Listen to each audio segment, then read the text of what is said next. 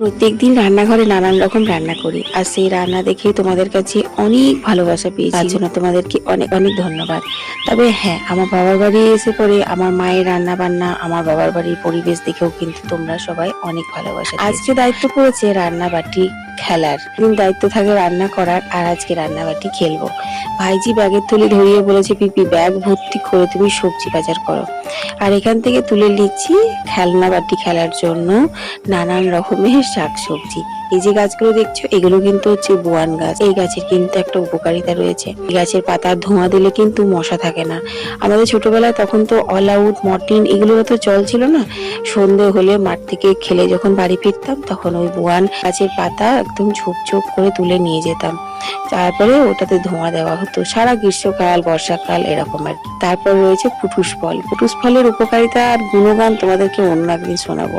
যাই হোক, ব্যাগ ভর্তি হয়ে গেছে আর ভাইজিকে এখন দিয়ে দিলাম। ভাইজির বান্ধবীরা আমাকে বলছে, পিপি তুমিও আমাদের সাথে এখানে খেলো, তুমি খেললে আমাদের খুব ভালো লাগবে। তো জানো তো বন্ধুরা, আমি ছোট ছোট বাচ্চাদের সাথে খেলতে থাকতে ভীষণ পছন্দ করি। পশু পাখি নিয়েও থাকতে খুব পছন্দ করি। পশু পাখি বাচ্চাদের মধ্যে যে সরলতা আছে, আমাদের মানুষদের মানে বড় হয়ে যাওয়ার পর কিন্তু সেই সরলতাটা আমাদের মধ্যে খুব কম দেখা যায়।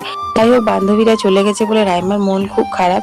তো খেলনা বাটি আর গোটাবেও না, বলছে তুমি গোটাও, আমি তোমাকে রেকর্ডিং করে দেবো। তো ওদের সাথে ওদের বাড়ি যাবো বলছিল। আমি বললাম না, ওরা যেমন স্নান খাওয়া করবে সেরকম তোমারও স্নান খাওয়া আছে। স্নান করে খেয়ে দিয়ে একটু ঘুমিয়ে এখন বিকেলবেলা বেরিয়ে পড়েছি। আজকে চলো তোমাদেরকে বোনের কালী দর্শন করাবো। তার আগে এদের সবার সাথে পরিচয় করে নিলাম। এখন অনেক ছোট ছোট বাচ্চা হয়েছে যাদেরকে না আমি চিনি না। এদের মধ্যে না কারো বাবা হয়তো আমার বন্ধু ছিল ছোটবেলায়, তার জন্য। তো বেশ কয়েকটা জিনিস দেখলাম, যেমন হচ্ছে এই পুকুরটা নতুন করে কাটানো হয়েছে, বেশ সুন্দর লাগছে।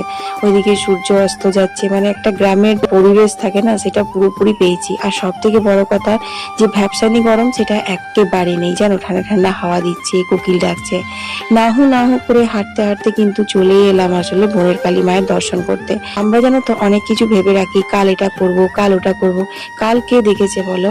কাল একমাত্র দেখে এই যে ত্রিকালদর্শী জগৎ জননী। তো যাই হোক, আমি কালকে আসার প্ল্যান করেছিলাম, কিন্তু জানি না কেন আজকে চলে এলাম। ওখানে দর্শন করে বেরিয়েছি মায়ের, আর খুব মেঘ। আমি ঠাকুরকে ডাকতে ডাকতে বাড়ি ঢুকেছি।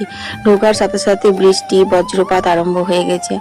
তারপর বৃষ্টি ছাড়ার পরে আমার বাবা কুড়িয়েছে কত আম। দেখো, আমাদের অনেকগুলো আম গাছ রয়েছে, অনেক আম পড়ছে জানো। সমস্ত বৃষ্টি, ঝড় ঝাপটা যাওয়ার পরে বাবা আজকে রান্না করতে বসেছে। গরম গরম চিকেন কষা, রুটি আর গাছের আম পাকা, এই ছিল ডিনার।